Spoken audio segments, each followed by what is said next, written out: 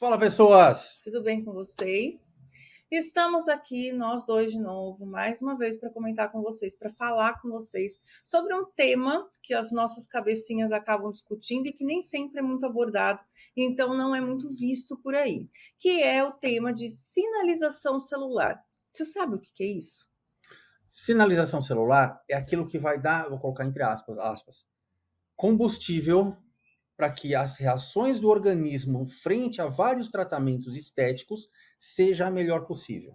Ou seja, é fazer o seu organismo trabalhar ao seu favor, não é simplesmente fazer os procedimentos. E é isso que a gente quer discutir com vocês. Eu sou Roberta Zaideman Azar, eu sou mestranda especialista em harmonização orofacial. Eu sou Rogério Gonçalves Velasco, eu sou cirurgião dentista, trabalho com cirurgia e traumatologia bucomaxilofacial e também sou especialista em harmonização orofacial. Então, primeiro ponto que a gente... Você quer colocar a vinheta? Então, coloca Só que eu vou colocar, como é muito importante essa vinheta não, esse tema, eu vou colocar uma vinheta mais importante agora.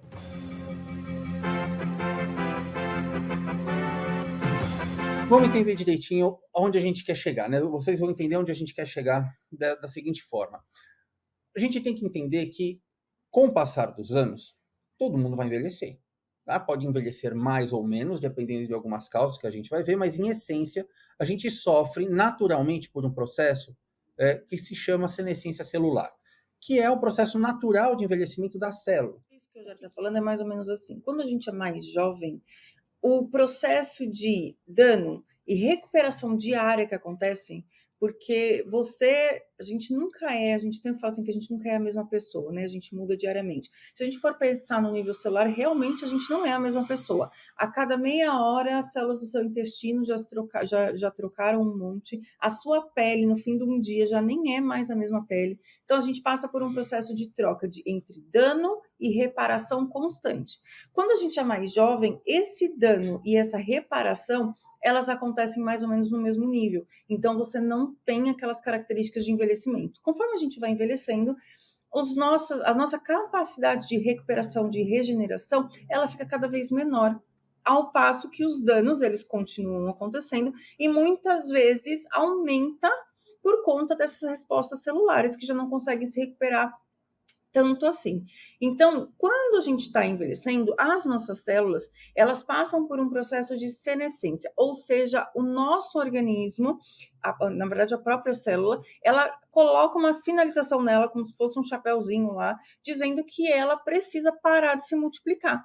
Seja por conta de danos no seu DNA ou estresse, a gente vai comentar alguns casos que causam essa senescência celular, mas é basicamente a sua célula pedindo para matarem ela, para eliminar ela, porque ela não pode mais se replicar, na verdade. E, como eu disse, ela é um processo normal, natural. Vai acontecer. Não dá para você evitar a senescência? Não dá.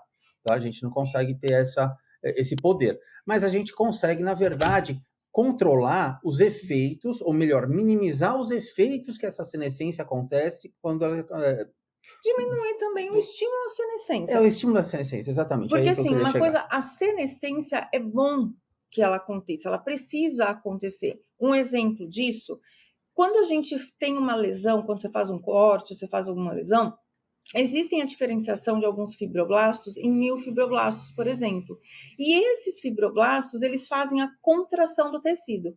Então, chega uma hora que você não precisa, a hora que as bordas se coapitam ou coaptam?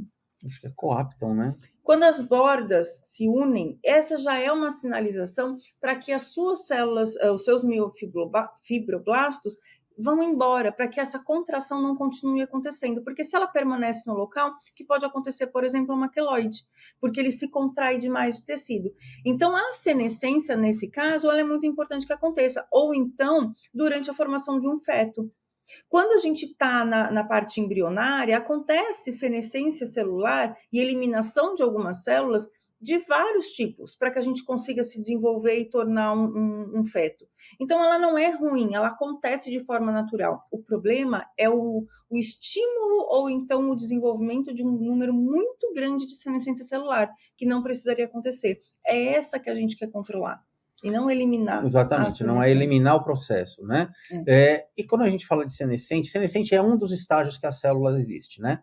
ela existe ativa, né, funcional, então é uma célula que está trabalhando. Existem as células quiescentes, que são células que estão simplesmente aguardando o passo para serem ativadas. Então, são células saudáveis que simplesmente estão inativadas. As células quiescentes, elas podem sofrer de uma diferenciação, que são as células que começam a trabalhar de uma forma mais específica. Então, uma célula-tronco, vamos falar de uma forma bem grosseira, uma célula-tronco se converte numa fibra muscular. Sim. Essa fibra muscular, ela não tem capacidade de se reproduzir, de se dividir, mas ela cumpre a sua função. Ela não se divide mais, ela não se multiplica mais, mas ela cumpre a sua função. Então, ela está ainda ativa, funcional. E existe a senescência, que é quando esta célula muscular, também estou dando um exemplo, quando essa célula muscular sofre alguma alteração de tal modo que ela precisa ser eliminada. E ela daí vai sinalizar toda a região, fala, olha célula, olha tecido, tira eu daqui porque eu estou atrapalhando, eu posso danificar esse tecido. Então, são os estágios naturais da célula, né? Não dá para a gente falar que um deles é melhor do que o outro, porque todos acontecem de uma forma simultânea, e o que acaba acontecendo... E a regeneração dos tecidos acontece dessa maneira, sim, né? Eliminação de células que já perderam sua função, que não se replicam mais, para que outra substitua e continue dando a função ao organismo, né? Ao órgão específico, ao tecido. Então, isso é normal acontecer. O problema que acontece, na verdade, é que a cada modificação, ou melhor, a cada multiplicação de uma célula, né, ela passa por um ciclo todo completo, aqui a gente não vai entrar no mérito disso, mas ela passa por vários estágios, e nesses estágios pode acontecer, de repente, um curto-circuito no processo de replicação. Então, o DNA, em vez de ser replicado tal qual era o original, ele passa a ser replicado de uma forma diferente, uma mutação, por exemplo. Às vezes não é só uma mutação, às vezes é um outro sinal que a gente vai falar daqui a pouquinho também. Mas a célula passa por um ciclo e fala, opa, eu não consigo mais. Do estágio que eu estou, eu não posso me multiplicar mais. A célula entende que está com erro, nos sinaliza o tecido e fala, olha, me elimina. Perfeito, ótimo. Isso é processo natural. Existem alguns fatores que aceleram esse processo ou provocam esse processo. Então, radiação, a gente pega a exposição solar, que é um problema muito sério em envelhecimento, do fotoenvelhecimento. Sim. Então, a gente tem isso, enfrenta isso de uma forma muito grande dentro da própria harmonização. Agentes químicos, agentes tóxicos, a alimentação que você usa com defensor agrícola, né, que o correto é agrotóxico, estresse oxidativo, enfim, tem uma série de fatores que podem interferir na replicação celular, e quando acontece essa replicação celular irregular, a célula fala, opa, não chega, não dá mais. Como é que a menininha falava lá? Já deu por hoje. Já deu por hoje. Então, ela para de trabalhar. Essas alterações, elas podem ter a origem genética de se fazer, de fato, por exemplo, radiação, ela causa uma alteração, um dano permanente, pode causar um dano permanente no DNA. Se é um dano permanente no DNA, a célula se bloqueia, ou ela pode, de repente, até virar um tumor, virar alguma coisa mais séria. Mas ela se bloqueia, né? A gente tem recursos para aquela célula parar de ser replicada. E vários desses outros fatores que a gente falou, eles, às vezes, não causam uma alteração no DNA, eles causam alterações que são chamadas epigenéticas, que são alterações que acontecem na expressão gênica e ela para de funcionar do mesmo jeito. Aí, ela pode se tornar um problema para o organismo. Ou seja, na epigenética, assim, todo mundo, você tem lá alguns genes, e que a epigenética, o meio em que você vive, que você propicia ao seu organismo viver, ele deixa essa característica do DNA ficar exposta, e aí expressando, né, visualmente ou clinicamente, ou escondida. Então, é aquilo que a gente fala, minha mãe tem hipotiroidismo. É uma doença genética, ou seja, eu tenho uma expressão no meu DNA para isso, mas será que eu vou desenvolver um hipotiroidismo?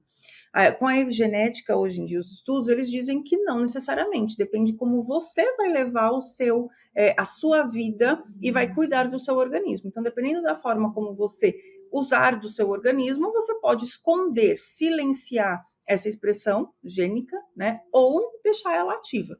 Então, isso seria a ideia da epigenética, né? E não obrigatoriamente isso acontece por uma alteração genética ou epigenética. Às vezes acontece por um estresse de replicação. Um estresse de replicação. Vocês já devem ter visto algum esqueminha parecido com esse, ou já ouviu falar da terminologia do telômero, que são essas terminações do DNA, e essas terminações, a cada replicagem, né, a cada replicação natural da célula, perde um pouquinho, perde uma pontinha. Então, acontece com o envelhecimento o que é chamado de encurtamento dos telômeros. Chega uma hora que o telômero ele está tão afetado, ele está tão curto, que esse comprimento muito pequeno é um impeditivo para que aquela célula se replique mais. Por quê? Sem esse telômero, que é uma proteção do DNA, que é uma proteção do cromossomo, a replicação ela pode ficar irregular. Então, como uma autodefesa, fala, olha, já não tem telômero suficiente para você replicar. Então, você vai entrar em senescência. Então, isso aqui não é obrigatoriamente causado por uma mutação, não é obrigatoriamente causado por um fator epigenético. Isso aqui é um Processo cansaço. natural. Que existe até um limite, chama limite de Hayflick, que é o limite de multiplicação de células. Isso aí foi identificado nos anos 60 em culturas, que colocava uma cultura de um fibroblasto, por exemplo, ele tinha capacidade de se replicar 50, 60 vezes. Depois disso, o telômero estaria tão encurtado que a célula simplesmente perdeu a capacidade de replicar. Então, isso acontece no organismo. Claro, a pesquisa, esse limite Hayflick foi feito in vitro, mas isso pode ser replicado em um certo grau dentro de um tecido vivo. Não dizer necessariamente que o limite é 50 vezes a multiplicação, mas que existe um limite. A ideia é entender que existe um limite de replicação justamente por esse esgotamento. E tudo isso, todos esses fatores, essas senescências, elas podem acontecer por conta desse estresse de replicação, podem ser induzidas, como a gente falou sobre raios solares, raio solar UVA, UVB, eles vão pegar várias camadas da pele que pode alterar de fato o DNA, e esta alteração pode levar a uma conversão daquela célula para uma célula senescente. Ou estresse oxidativo, ou então uma modificação tal que aquela célula ganha um potencial oncogênico, ela pode se transformar num tumor. Então, todos esses aspectos criam uma alteração no tecido. Então, a gente pode afirmar que o envelhecimento, com o envelhecimento, começa a se acumular alterações no tecido que nem sempre permite o tecido responder da melhor forma possível, sobretudo quando a gente quer ele estimular de alguma forma. Exatamente. Não dá para, ele não se recupera. Quando o dano é pequeno, ele consegue se recuperar muitas vezes. Quando o estímulo, a oxidação é muito grande, ele não consegue, ele perde essa capacidade. Aí as células que estão ali entrando em senescência, elas acabam estimulando as células ao redor a também entrar em senescência, mesmo sem terem a necessidade ou estarem em uma situação de algum dano para entrar em senescência. Mas é como se, sabe, meio como você fala de zumbi, mordeu a célula ali, ela virou zumbi. É que agora não é mais morder, né? Agora tem o cordyceps. O que é isso? Que é o fungo do Last of Us. Agora é o fungo. Agora é o fungo. Mas tem a célula senescente, ela meio que vira esse fungo mesmo, ela contamina as células ao redor, mesmo elas não precisando entrar em senescência, elas acabam entrando em senescência. Se bem que eles mordem também, né? Mordem, é por isso que arranha. Senão vai passar como fungo. É verdade. Mas o fungo tem esporos, né? Esse filme não é muito realista. Não é muito realista. Ele não é realista desde o começo, você sabe, né? Tá bom. Mas ele não. Você não tem que esperar realidade nenhuma quando assiste o filme. Mas ele não mostra direito como a ação de um fungo. Enfim, então começa a se acumular, né? Aqui é bonitinha essa imagem, começa a se acumular células senescentes cada vez mais. E quanto mais a gente envelhece, maior quantidade de células senescentes. Qual é o problema da célula senescente? Eu acho que é aí que é o aspecto interessante, porque a gente já vai chegar na sinalização celular, para você entender direito onde a gente quer chegar. Porque agora a gente está explicando o que acontece no envelhecimento de uma forma diferente. Eu não estou falando de pitose de tecido, de flacidez, nada disso. É uma alteração intrínseca do tecido. E na literatura tem uma grande correlação, tem uma vasta literatura a respeito da correlação da quantidade de células senescentes com uma imensidão de doenças, inclusive as autoimunes ou doença cardíaca, Alzheimer, Parkinson, tem uma infinidade, diabetes. Todas elas têm, e são mostrados nos estudos, a correlação do aumento da célula senescente, ou seja, diminuição da capacidade de regeneração e recuperação do tecido com essas doenças. Então vamos lá, vamos tentar entender essa questão. Acontece um dano à célula, ela pode ser autorreparada, porque ela tem recursos para fazer uma autocorreção de alguns problemas, e ela volta ao quadro normal de mitose, de divisão, de multiplicação dela. Perfeito. Se esse dano acontecer de uma forma irreversível, essa célula, ela, portanto, passa para um quadro de senescência. Então, um quadro de senescência, não, desculpa. Ela passa para um quadro de interrupção da sua ação. Ela para de se multiplicar. Ponto. Quando ela para de se multiplicar, existem dois caminhos. Ela pode sofrer um quadro de apoptose, que seria uma degradação, ela vai ser fagocitada por outra célula, digerida e utilizada os seus nutrientes em outras áreas que é necessário, e que é muito interessante essa apoptose, porque ela não induz nenhuma formação de resíduo, ela não induz a formação inflamatória, ela é um aspecto interessante para a eliminação de uma célula. Então, a apoptose, então, putz, parei de replicar, vou sofrer apoptose. Ótimo, perfeito, é o melhor resultado. Esse é o que a gente espera que aconteça, porque ela não deixa detritos, ela não deixa um processo inflamatório local. É uma eliminação natural e programada do organismo com relação a essa célula. Ou ela vai modificar o seu quadro com um quadro de senescência. Quando ela se multiplica, quando ela se transforma numa célula senescente, ela começa a secretar sinalizadores celulares. Agora a gente começa a falar sobre essa questão. Ela começa a liberar um sinalizador celular que se chama SASP, que começa a falar para o tecido ao redor, falar, olha, gente, eu entrei num quadro de senescência, eu preciso ser eliminada. Só que é aí que é o grande problema, porque essa comunicação fala o seguinte, fala, olha, é uma célula senescente e tem dois caminhos para a célula senescente. Ela pode ser quebrada, ela pode ser morta naturalmente, ela vai sofrer uma necrose local, ela vai se degradar naturalmente, o que é um problema, porque quando ela se degrada sem ser fagocitada, ela vai liberar todo o seu conteúdo no interstício e vai provocar um processo inflamatório, porque vão ter que vir células para lá para fazer aquela limpeza e para fazer a reciclagem daquela, entre aspas, sujeira. Tá? Então já é alguma coisa ruim. Ou então, a célula ela vai ter uma degradação baseada numa intermediação imune, ou seja, vai vir linfócitos, vão vir macrófagos, vão vir células que são focadas na proteção do tecido, meio que um exército para poder eliminar ela. Então, ela vai ser eliminada, só que com uma mediação imunológica. Os dois quadros são ruins, tanto quando ela quebra, quando tem essa mediação imunológica. Para a eliminação dessa célula. E aqui, né, nessa daria para a gente ainda comentar que uma célula senescente, ela não só está produzindo nada a favor, ou mesmo se replicando, como ela está produzindo substâncias que é esse SASP, que são inflamatórias e que vão degradar o ambiente local, alterando o pH e promovendo essa alteração celular ao redor. Isso aqui, além disso, quando a célula ela libera o SASP, é como se ela estivesse dizendo para o organismo, olha, estou aqui, vem aqui me eliminar.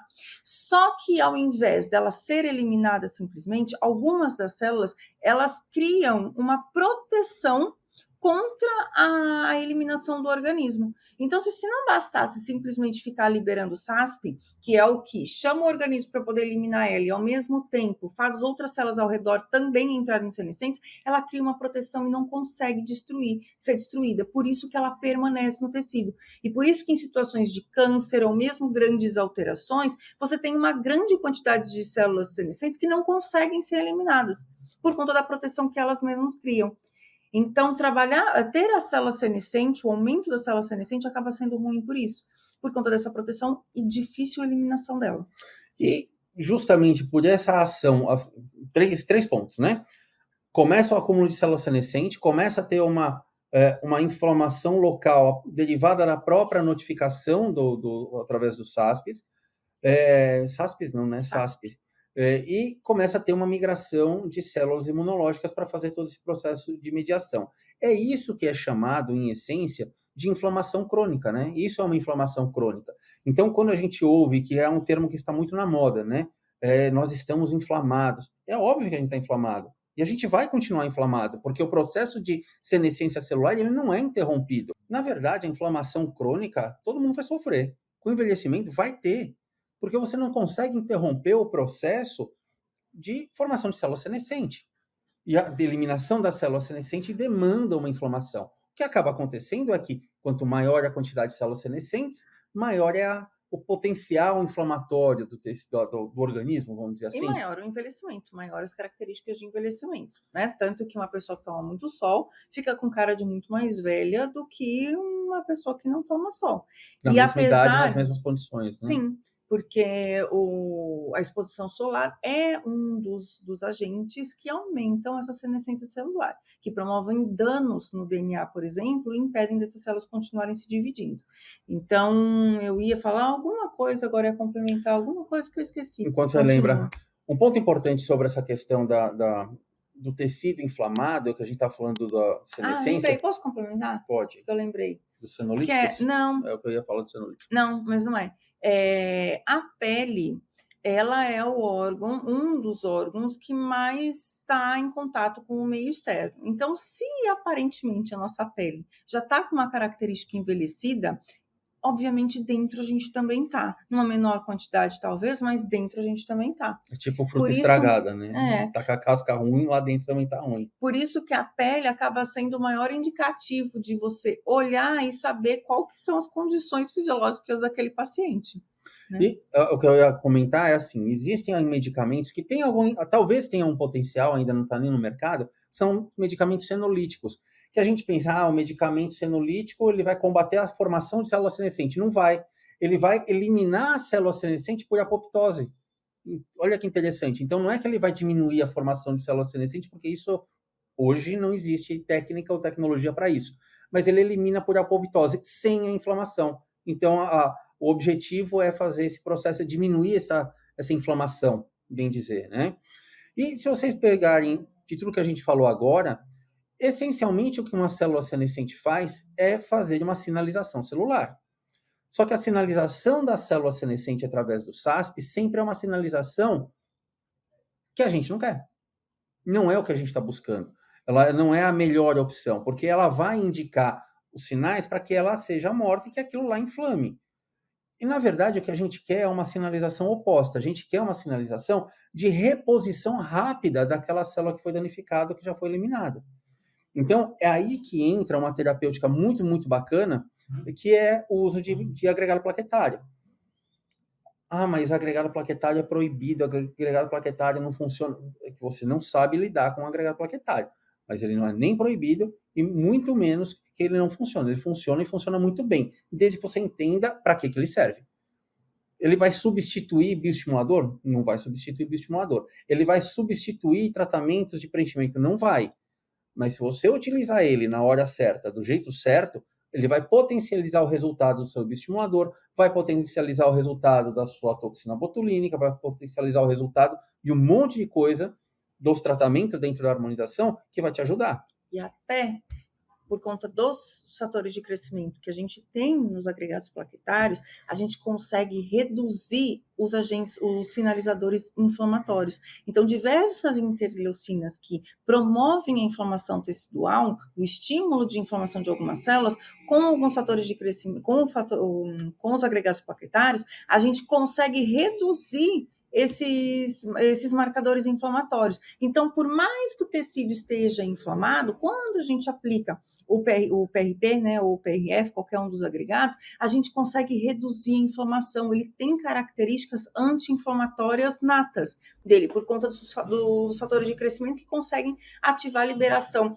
por conta de monócitos ou mesmo linfócitos para interleucinas que não são inflamatórias. Então, se a ideia é reduzir a inflamação, melhorar o pH ao redor das células para diminuir essa ativação de senescência celular, com os agregados plaquetários a gente consegue. E não só isso, na verdade, o agregado plaquetário, graças a esses fatores de crescimento em interleucinas que são liberadas a partir da degradação plaquetária, ele vai induzir angiogênese, ou seja, ele vai levar a nutrição para aquele tecido que se estava com déficit de nutrição, ele vai melhorar a sua formação de veias e vasos e irrigação local. Ele vai ajudar na degradação daquele colágeno que está degradado, que está ruim, e vai ajudar na substituição dele. Então, ele funciona como um agente de equilíbrio para o tecido. Ele repara, ele corrige alguma coisa? Não. Mas ele ajuda na regeneração daquilo que não está tão bom. Ele coloca o seu organismo para voltar a trabalhar, para aumentar. Lembra no comecinho que eu falei que a degradação existe, mas a reparação fica meio deficiente? O PRP, nem vou falar de PRP, né, porque tem o PRF também, mas os agregados plaquetários, eles ajudam o seu organismo a elevar, a recuperar esse nível de regeneração, de recuperação. É isso que ele faz. Então, por isso que ele é importantíssimo para promover uma sinalização, uma ativação das nossas células a nosso favor. Então, quando você colocar o seu bioestimulador, por exemplo, as células que estavam lá paradinhas produzindo, os fibroblastos, por exemplo, produzindo só as metaloproteinases, que são enzimas que degradam o nosso colágeno, ele vai começar a produzir matriz extracelular novamente. É uma célula que estava paradinha, que eles chamam de fibrócito, ou seja, uma célula que não está produzindo nada benéfico além de metaloproteinases, ela vai voltar a virar um fibroblasto, porque ela vai ficar ativada. Então, ela vai voltar a produzir colágeno, ela vai voltar a produzir elastina, ela vai voltar a produzir seu ácido hialurônico natural, ela começa a estruturar de novo o tecido. Então, é para isso que serve, é para isso que a gente usa como sinalização das células, é colocar suas células para voltar a trabalhar. E que é um aspecto muito importante, né? A gente já está falando nessa série que vamos chamar aulas preparatórias para a nossa semana do Hoff Expert 50+, que acontece semana que vem. Tem que entender, na verdade, é que assim, a gente não pode nunca trabalhar com uma única terapêutica, achando que aquela terapêutica vai funcionar sempre. O negócio que a gente vem ouvindo há muito tempo, falar, não, paciente mais velho é bioestimulador, é bioestimulador, é bioestimulador, é bioestimulador, é bioestimulador. Tem gente que só fala que é bioestimulador. Só que não adianta você chegar e colocar o bioestimulador no tecido se a célula do tecido não sabe o que fazer com aquilo. No máximo que vai acontecer é uma reação de corpo estranho mirradinha, pequenininha, um material biocompatível, aquilo lá não vai responder do jeito certo. Então, assim, se você quer um resultado, você tem que pensar de uma forma mais completa. Você tem que pensar em um preparo, a gente vai falar sobre esses pilares durante a semana específica, né? Mas a gente tem que trabalhar no preparo, trabalhar no tratamento e trabalhar na continuidade. O PRP, ele funciona como um ativador, ou seja, mesmo que o paciente não tenha feito nada, ele começa já a dar condições para o tecido a ter uma resposta fisiológica melhor. Ele funciona como um potencializador de resultados no transoperatório, seja para um bioestimulador, preenchedor, qualquer técnica, e ele funciona como um controle para manutenção de resultados a longo prazo. Então, ele é um coringa de ponta a ponta do tratamento. Ele funciona sozinho? Ele funciona, mas é muito pouquinho sozinho. Ele tem uma efetividade, se o paciente tem uma recorrência nos tratamentos com fator de crescimento, agregados plaquetários, ele vai ter um resultado, só que ele precisa também um pontapézinho extra, um complemento extra. É sensacional porque sem ele a gente não tem o mesmo resultado. Com ele, a gente turbina o resultado. Então, eu acho que é aí que é o importante. Então, quando a gente fala de sinalização, focando para a harmonização, é aí que a gente queria chegar. Entenda que... Pode falar. Tanto ele é importante na parte de regeneração e tem uma capacidade de regeneração importantíssima, que nos casos de transplantes capilares, por exemplo, se você não faz uso do PRP, ele não pega, não é? Ele assim, cai, ele não fixa, eu não sei qual é o termo exato a usar. A gente não pode falar isso porque médicos não usam isso de forma aberta. Mas, por exemplo, para transplante capilar, como preparo para o transplante capilar, o PRP preparo e manutenção, eles têm que fazer a aplicação. Obrigação. Eles já fazem a aplicação direto, porque se você não aumentar a vascularização local, aquele enxerto capilar ele não se sustenta. Quando vai fazer cirurgias de ortopedia, também eles usam o PRP pela alta capacidade de regeneração que tem. Quando faz